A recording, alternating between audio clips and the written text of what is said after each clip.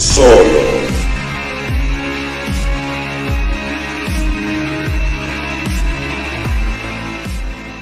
Yo, salut à tous et bienvenue à cette petite vidéo qui va être ce soir consacrée à 28 Years Later, ou 28 ans plus tard.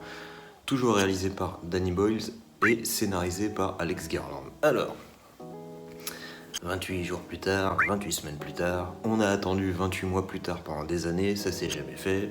Danny Boyle il est parti sur autre chose, Alex Garland s'est mis à la réalisation et fait des films pas très ouf. Et d'un coup, 2024, ils se remettent ensemble et ils nous pondent 28 ans plus tard. Alors, qu'est-ce que ça donne ? Moi, je suis un gros fan des deux premiers films. Alors, est-ce qu'ils sont à la hauteur cette fois ? On va voir ça dans cette vidéo. Qu'est-ce que j'ai pensé du film ? Alors,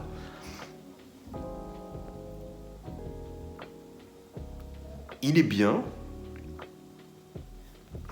mais j'ai un problème par rapport à la saga. Parce que oui, c'est une saga, c'est le troisième film d'une saga. Oh, il fait 8000 degrés, mais j'ai un problème pour l'intégrer dans la saga. Le premier a révolutionné le film de zombies et avait été tourné à la caméra mini DV pour donner un effet un peu pourri, un peu poisseux, un peu crado à l'image, pour qu'on sente le côté virus un peu dégueulasse, tout ça. Le deuxième avait été tourné quelques années après, bon, format normal, ok, mais repartait dans un monde où la contamination était à peu près terminée, et là ça repart en couille, et on se rend compte qu'il y a des infectés asymptomatiques. Là où j'ai un problème avec la saga dans ce film, c'est que le premier parlait de notre animalité, le deuxième aussi, et l'obsession, à travers la rage, l'obsession de ce père qui veut retrouver ses enfants à tout prix, et même quand il est contaminé, il veut les retrouver. Il veut les retrouver pour les buter, mais il a ses enfants en tête, clairement. Il a cette obsession pour ses enfants. Et du coup, même s'il y a ce sentiment du père envers ses enfants, il y a cette rage qui prend le dessus. Là, dans ce troisième opus, la rage, elle n'est pas si présente que ça. Et on part vraiment sur autre chose. Alors, je suis partagé. D'un côté, je trouve ça bien que le film s'émancipe un peu de ses aînés, parce qu'on en a tous marre des legacy sequels qui refont les mêmes films, les mêmes trucs, les mêmes enjeux, les machins. C'est pas une question d'enjeu, c'est pas une question de refaire la même chose, c'est une question de continuité, de cohérence artistique dans la saga. Tu parles de thèmes précis, il faut que les thèmes se suivent quand même un peu, qu'il y ait une logique narrative au travers de la trilogie. Mais bon, il y a des exceptions. Popo, ne touche pas à ma lumière, s'il te plaît. Ça veut pas dire que c'est raté, faut voir ce que ça donne. Vous allez voir un chat bientôt, voilà, un cul de chat même. Mets-toi la poupoune, voilà, c'est bien. Alors, qu'est-ce que ça raconte ce 28 ans plus tard ? J'ai un peu du mal à faire une synthèse, c'est très particulier parce que le film est un peu coupé en deux. Ça va être un film initiatique dans la première heure, et ensuite c'est compliqué. Il y a des symboles que je vois, il y a des trucs qu'on va remettre dans l'ordre, mais d'abord on va parler technique. Le film est trop bien fait, déjà faut le dire. Il a été tourné à l'iPhone, avec des focales, avec plein de trucs en plus pour magnifier l'image, etc. Mais il est tourné à l'iPhone. Petit clin d'œil au premier qui avait été tourné en caméra DV à l'époque. Parce que dès les premiers plans, vous allez voir, si vous avez un peu l'œil, que l'image est particulière. Notamment sur la transition d'un espèce de flashback au début où tu vois les enfants avec les Teletubbies et tout machin. Et une fois que le gamin s'enfuit, ça cut sur le visage de l'enfant héros qu'on va suivre pendant tout le film, qui est couché dans son lit, et il y a un espèce de grain, quelque chose de particulier à l'image, une espèce de patine. On voit que c'est pas une caméra HD, HDR, Alexa, IMAX, tout ça, qu'on aurait maintenant. Non, c'est un peu plus... Il y a un peu plus de texture à l'image. Et effectivement, c'est un peu plus granuleux. C'est tourné à l'iPhone. Moi-même, je tourne à l'iPhone et vous voyez sur les côtés, c'est granuleux. Il y a plein de noise, il y a plein de bruit, comme on dit, sur les contours, là, comme ça. Voilà, on a cet effet-là un petit peu dans 28 ans plus tard, notamment sur les scènes de nuit qui sont tournées en... c'est pas des scènes, c'est des plans qui sont tournés en night vision, en vision nocturne, mais au lieu d'être vertes ou grises ou bleues, elles sont en rouge complètement, ce qui donne une ambiance un peu glaçante, un peu flippante, qui exprime évidemment le danger parce que c'est la nuit et voilà, on est vulnérable dans le noir et tout ça. En termes de réalisation, il y a des plans qui sont vraiment cool, il y a des espèces de super contre-plongées, notamment à un moment où il rentre dans une bâtisse, on a vraiment le plan au sol avec la porte qui s'ouvre et les deux personnages qui rentrent en contre-jour. On a pas mal de plans comme ça. On a évidemment le plan que j'attendais moi, de l'espèce de dos couvert de boue qui bouge dans la forêt. Ah, malheureusement, c'est vraiment le même plan que vous allez voir dans la bande-annonce et vous ne verrez pas plus que ça. Donc voilà, on va y revenir à ça. Mais en termes de technique, voilà, c'est malheureusement tout ce qu'on va avoir. Il y a un truc qui m'a laissé un peu perplexe au début, au final, bon, ça passe.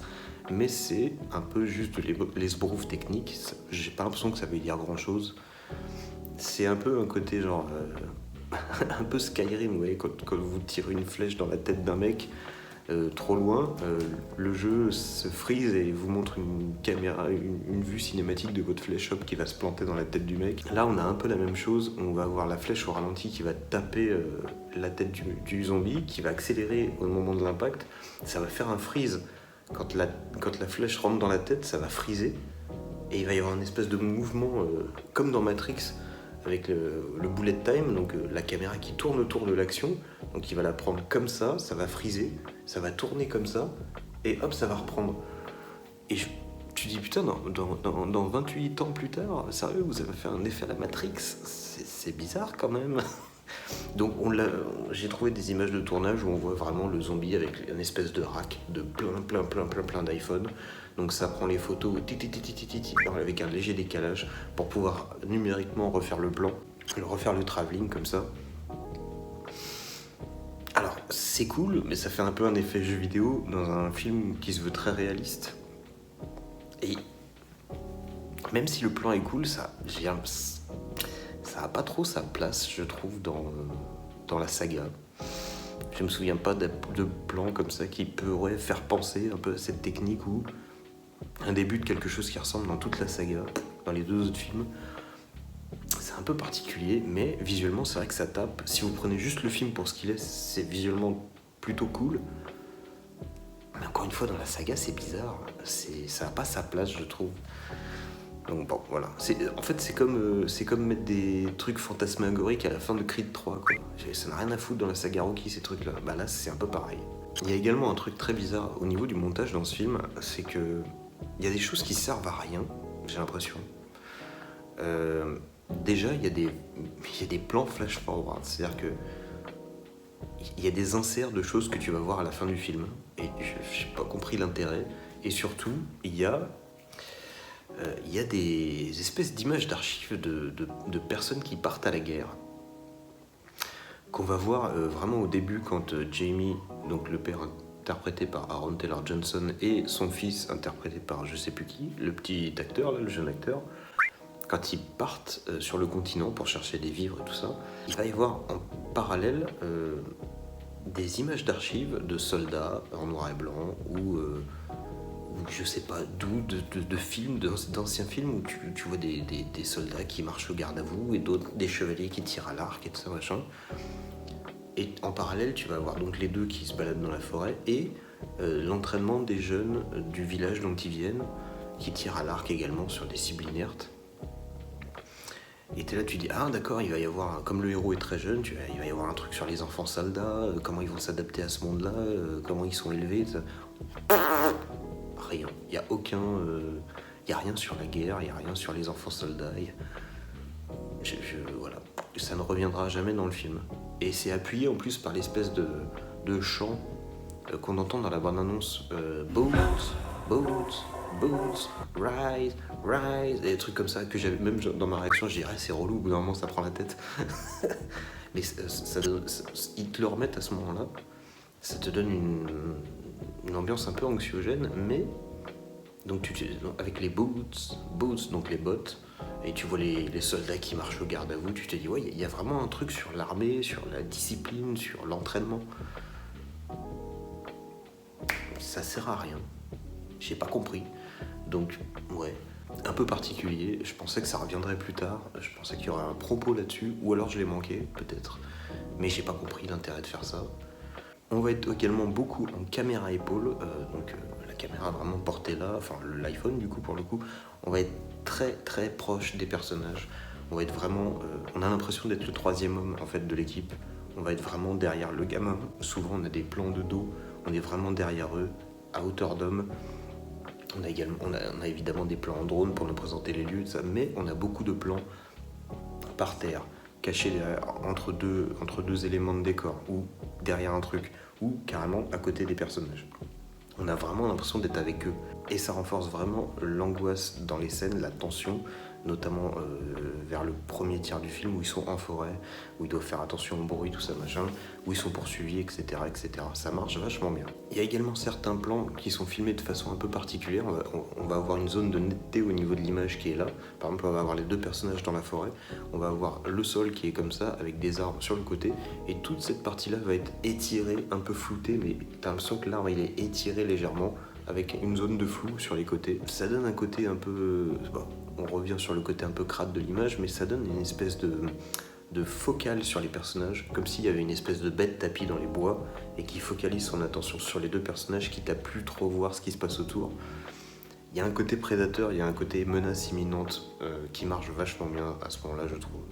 Et évidemment, ils sont dans les bois, on t'a présenté qu'il y avait des infectés un peu partout, donc évidemment ça marche bien. Après, le film est bombardé de belles images. On les a vues, les plus belles, on les a vues dans la bande-annonce. Il y a également un plan d'une cascade vers la fin, avec deux espèces de rochers au milieu. Il y a un travelling arrière, on passe sous un pont. Je trouve que le plan il défonce. Il y a ça, il y a les arbres en squelette, il y a des bâtiments en contre-jour, alors que derrière t'as un coucher de soleil. T'as des plans rouge, orange et bleu avec un contraste qui marche super bien. T'as souvent les personnages éclairés en orange avec un fond bleu pour faire bien ressortir le personnage à ce moment-là. T'as vraiment des belles couleurs, une belle photo pendant tout le film. Ça marche d'enfer. Voilà. En même temps, Danny Boyle, c'est pas un manchot. Voilà. Encore une fois.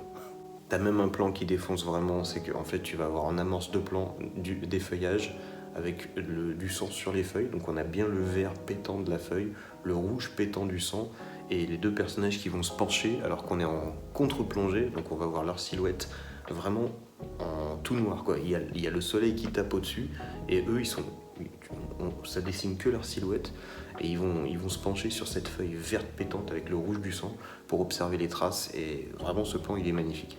Bon, après niveau réel, on l'a vu dans la bande-annonce, je sais pas si vous avez vu ma réaction au trailer, dès qu'il y a une situation un peu bizarre, on a le fameux plan débulé, donc voilà, dès que vous avez l'image comme ça, vous savez qu'il y a un truc qui va arriver, parce que voilà, ça c'est quand c'est normal, et dès qu'il y a un truc bizarre, la caméra se met comme ça. Donc voilà, le film explore quand même des nouvelles choses dans l'univers de 28, des trucs later, là, 28 later.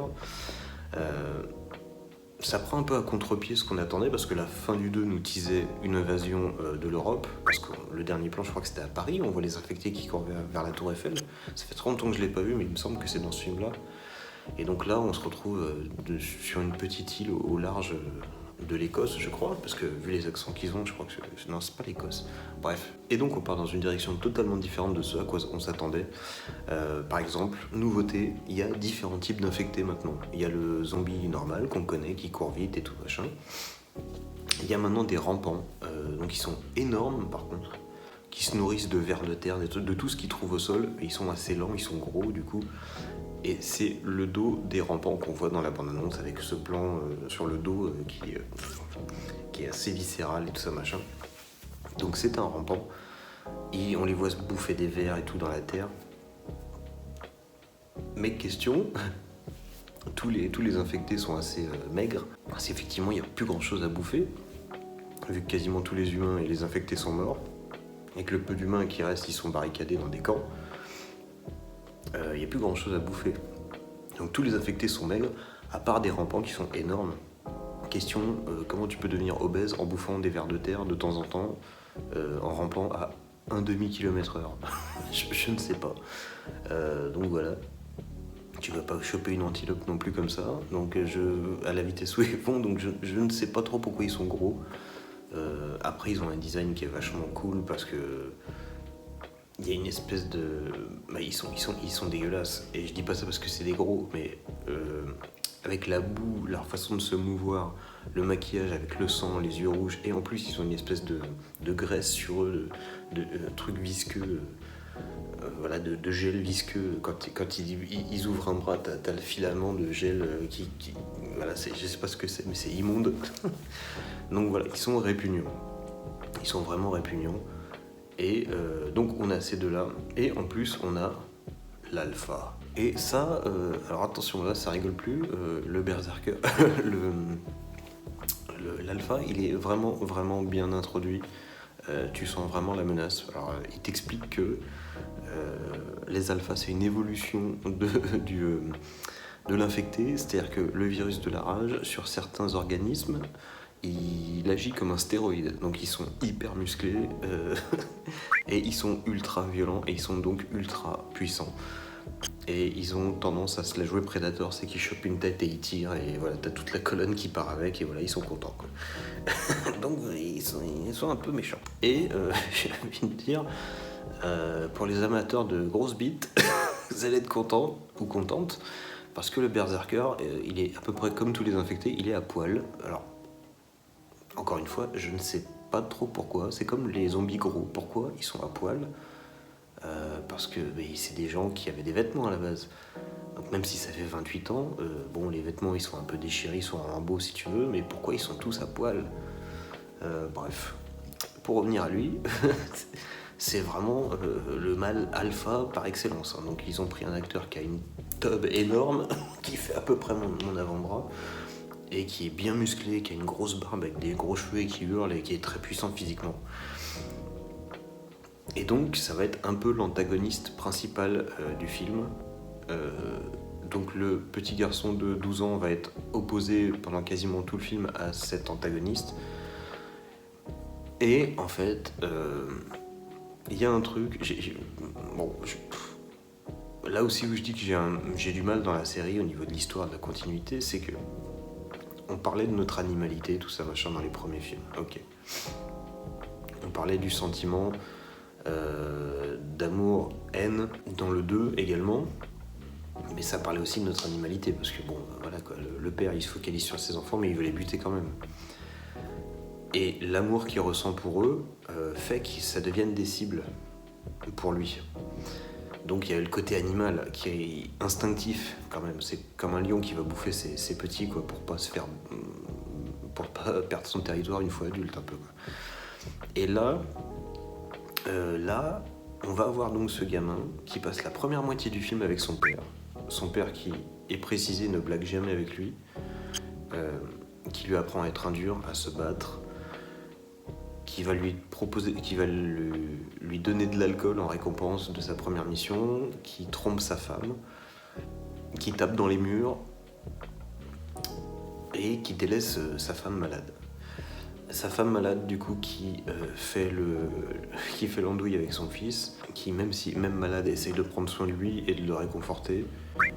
Donc on a vraiment deux visions opposées dans le couple. Le mari viril que tout le monde considère comme un héros qui chasse, quitte à saboter un peu sa relation avec son fils, même si on sent qu'il l'aime. Et la mère fragile qui a une relation un peu fusionnelle avec son fils, même si elle est un peu...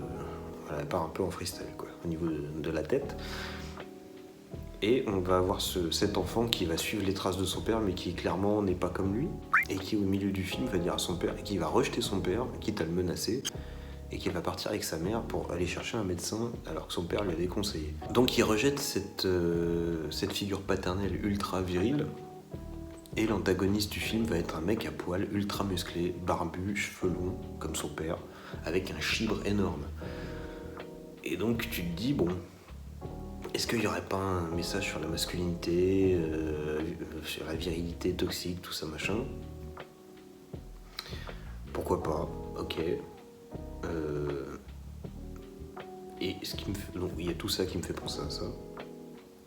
Mais il y a également le fait que j'étais pas sûr encore jusque-là, et il y a une scène qui m'a dit, ah oui, c'est clairement ça. Il y a une scène où on voit une zombie enceinte. une infectée enceinte. Donc elle est là, elle cherche à bouffer, mais elle a un bide énorme. Et à un moment, ils vont arriver près d'un bus, on va entendre les gémissements de la zombie infectée qui est enceinte, et la mère va se précipiter dans le bus et va voir qu'elle est enceinte, et par la connexion phéromonale des mamans du monde, elle va se présenter à elle en lui tendant les mains, et le zombie qui veut la bouffer va lui prendre les mains parce qu'elle comprend par la connexion cosmique tu as un bébé, moi aussi j'ai un utérus et moi aussi, que en fait je suis là pour t'aider à supporter ta souffrance en tant que femme. Et t'es là, tu fais mais non, mais putain, j'ai du mal avec ça, moi. J'ai du mal avec ça parce qu'on te présente le virus de la rage, il t'enlève toute humanité. Et quand il t'en reste, encore une fois, on a vu le 2, les gars. Hein, quand il t'en reste, ton humanité dessert les gens pour qui tu as de l'humanité. Parce que la rage prend le dessus. C'est pour ça que le père est obsédé par ses enfants et qu'il veut tuer ses enfants, parce que c'est un père, il pense qu'à ses gamins. Mais la rage a pris le dessus sur son amour. Et donc ces enfants qu'il aime par-dessus tout deviennent ses cibles. Donc là, non, moi je crois pas du tout à la mère qui aide la zombie infectée. Et le bébé il va bien, il est sain quoi. La magie du placenta, comme dit le médecin, mais ouais, enfin bon, bref. La magie du placenta, n'importe quelle infection, si t'es enceinte, je pense que tu le transfères à ton gamin, mais bon, je suis pas immunologue, je ne sais pas. Je sais même pas si c'est un immunologue qui s'occupe de ça, on s'en fout, je suis pas médecin, voilà. Mais la scène de l'accouchement, plus le zombie Chibrax, plus le papa, me fait dire qu'il y a quand même un message un peu... Et puis Alex Garland, c'est quand même le mec qui a écrit Men, donc où tous les hommes sont des méchants. Il y a Annihilation aussi, où les héroïnes, c'est que des héroïnes. Il a fait quoi? Il a fait Ex Machina, donc un robot au service des hommes qui va finir par tous les buter. Tu dis, bon, il y a un pattern, encore une fois, les gars, il y a un pattern. Est-ce que ça a vraiment sa place dans les 28 plus tard? Vraiment? Est-ce qu'il n'y avait pas autre chose à raconter? Ou alors autrement? Parce que là, le film est pas nul. Attention, moi j'ai quand même aimé. Mais je me dis, est-ce que ça a sa place dans la saga? Surtout que là, en fait, c'est pas vraiment le 3. En fait, c'est le 3, mais c'est l'épisode 1 d'une trilogie. À ce que j'ai compris, c'est le 2, donc le 5, donc le 4, pardon, sera réalisé par, je sais plus comment elle s'appelle, celle qui a fait The Marvels. Donc on est encore sur un film Girl Power de Marvel, qui s'est lamentablement croûté d'ailleurs, quand il est sorti. Et donc le film est déjà tourné, il sort en janvier 2026 normalement. Et s'il marche, Danny Boyle va nous faire la fin de cette trilogie, où Cillian Murphy est censé revenir. Donc, oui, du coup, c'est pas Cillian Murphy dans la bande-annonce. C'est un mec qui lui ressemble. Les malins. C'est vraiment des bâtards. Hein. Ils nous ont teasé un mec qui lui ressemble à peu près pour qu'on se dise « Oh mon Dieu, on va aller voir !» Non, ils se sont bien foutus de notre gueule. Bien joué, les gars. Je me suis fait avoir. Et du coup, en parlant de l'épisode 2 qui est déjà tourné, encore un autre problème avec le film. On commence donc avec ces enfants qui regardent les Teletubbies et qui meurent tous. Hein. Il y a un survivant qui va se réfugier dans l'église de son père qui est curé, et le père lui dit non mais t'inquiète, on va mourir mais on va se transcender, on va aller au paradis, tu vois, c'est cool et tout machin. Donc il fait rien pour protéger son fils, il se laisse bouffer. Le gamin s'enfuit avec la croix de son père. Rien à voir avec le film, mais rien à voir avec le film. Et à la fin, tu te dis... à part cette transition qui te fait croire que que le petit gamin qui s'enfuit, c'est celui que tu suis pendant le film, et tu dis mais non, mais si c'est 28 ans plus tard, ah bah du coup c'est son père, c'est Aaron Taylor Johnson. Et bah non, pas du tout. Donc tout se termine à peu près, voilà. Le gamin décide de partir tout seul de son côté à 12 ans, et il tue 2-3 infectés, et à la fin il se retrouve bloqué devant un mur de pierre, et il y a... comment dire, Il y avait un gif d'un mec qui lui ressemble, vous savez, il faisait comme ça, genre. Je vais vous le mettre. What the fuck. Et voilà, voilà, il y a lui dans le film, à peu près, qui déboule au-dessus du mur et il est habillé en jogging violet et il a cette tranche-là. Et il dit au gamin, tu veux que je m'en occupe avec mes potes? Et en fait, il y a des espèces de clones de lui qui déboulent, habillés en rouge, en bleu, et ils se mettent à tuer les infectés, mais ils font des cabrioles, ils font des sauts périlleux arrière au ralenti. Il y a une musique de rock, de death metal par-dessus.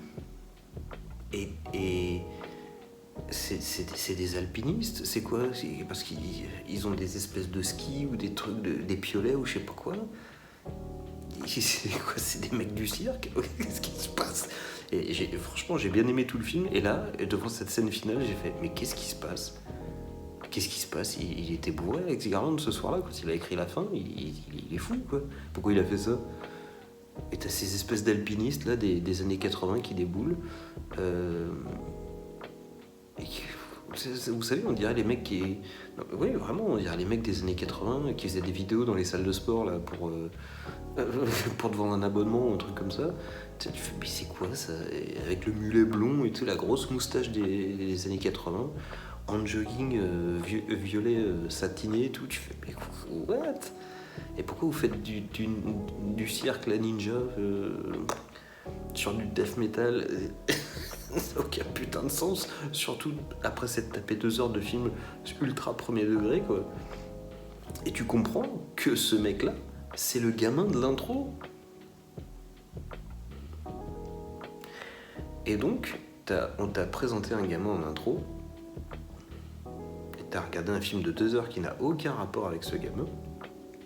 Tout ça pour qu'à la fin, ce mec adulte soit là, ce gamin soit là en adulte, et clairement, le deuxième film va tourner autour de lui. Autant ce film-là, j'étais chaud, là, je veux pas de suite. S'il y a lui et ses copains dans le film, je veux pas voir de suite. Jamais. Ça va être n'importe quoi. Si vous avez pas vu le film, vous pouvez pas trop comprendre, mais non, là, c'est vraiment les 5 dernières minutes, il faut les enlever du film. Si jamais je regarde un jour ce film, encore une fois, je regarderai pas les 5 dernières minutes, ça nique le film, vraiment. Ça nique le ton du film, ça nique la cohérence, ça nique la physique. Ça n'a aucun putain de sens. Voilà, donc c'est dommage de finir le film sur ça. C'est vraiment dommage, et de teaser une suite avec lui. Et apparemment le film est déjà réalisé par la meuf qui a fait The Marvels. Non. Ah non, j'ai pas envie là. Donc, voilà, je vais relire mes notes pour voir si j'ai oublié un truc. Ah oui, escroquerie. Il y a un plan dans la bande-annonce et une espèce de meuf avec un masque avec des larmes de sang. C'est le même plan que dans la bande-annonce que vous verrez dans le film. Ça sert à rien. Moi je pensais un peu à la Last of Us ou Last of Us 2, je sais plus, qu'il y aurait des gens un peu qui auraient tourné la carte et qui auraient fait une espèce de secte, dont le docteur, là, interprété par John Locke, là, Ralph Fiennes, il ferait partie. C'est pour ça qu'il y a des espèces de tours en ossement avec des crânes partout. Mais non. Alors, t'as l'impression que c'est une nana qui fait partie de leur village normal, parce qu'elle est dans les salles de classe, ou je sais pas quoi. T'as un plan, tu le reverras jamais. À quoi ça sert?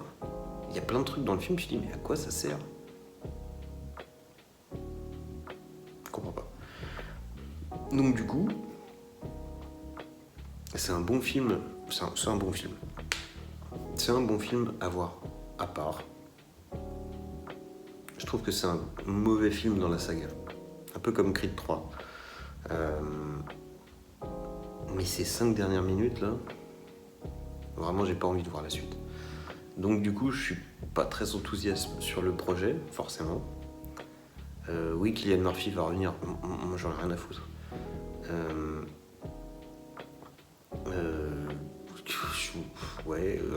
Ça perd de côté le côté animal. Et ça se rapproche plus d'un truc de sentiment sur les sentiments, sur l'amour fusionnel avec sa mère, le rejet de son père et tout, la masculinité toxique, tout ça machin. Quel rapport avec les 28 plus tard, où ça parlait d'animalité et de rage et tout ça, machin, de cette rage qu'on a en nous et qu'on n'arrive pas à sortir. Qu'est-ce que ça raconte sur l'être humain par rapport... Parce qu'un film de zombies ou d'infectés, c'est avant tout pour parler des humains. Les travers des zombies, tout ça machin, c'est pour parler de nos travers à nous. C'est pour ça qu'il y a des gens qui comprennent pas, genre ouais, The Walking Dead, putain, on voit pas trop les zombies en fait. Bah oui, non, mais en fait, c'est fait pour parler de nos travers à nous en fait. Le zombie, c'est une excuse. Donc ça a toujours été le cas, les films de Romero, tout ça, ça a toujours été comme ça. Le film de zombie, c'est pour parler de l'humain. Et là, bah oui, ça parle de l'humain, effectivement, la masculinité toxique. En tout cas, c'est ce que j'en ai compris. Mais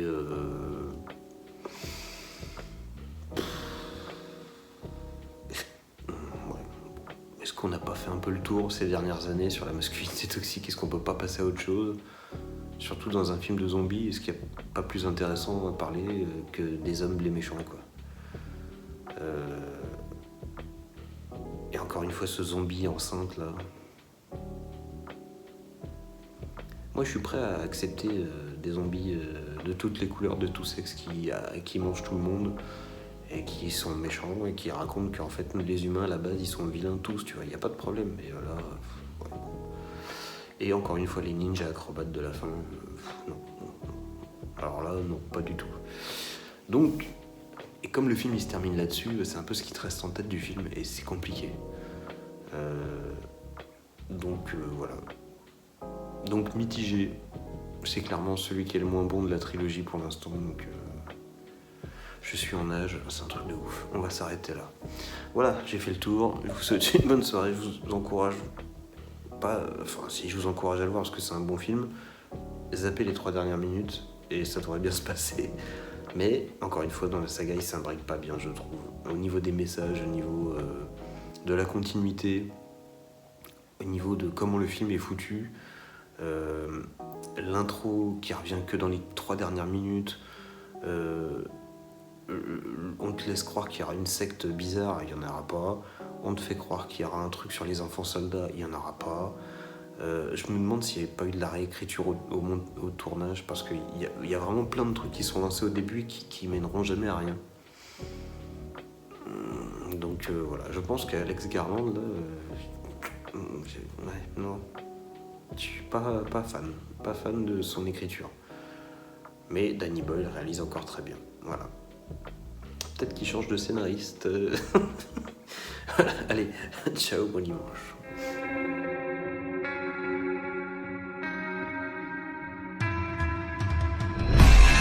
Solo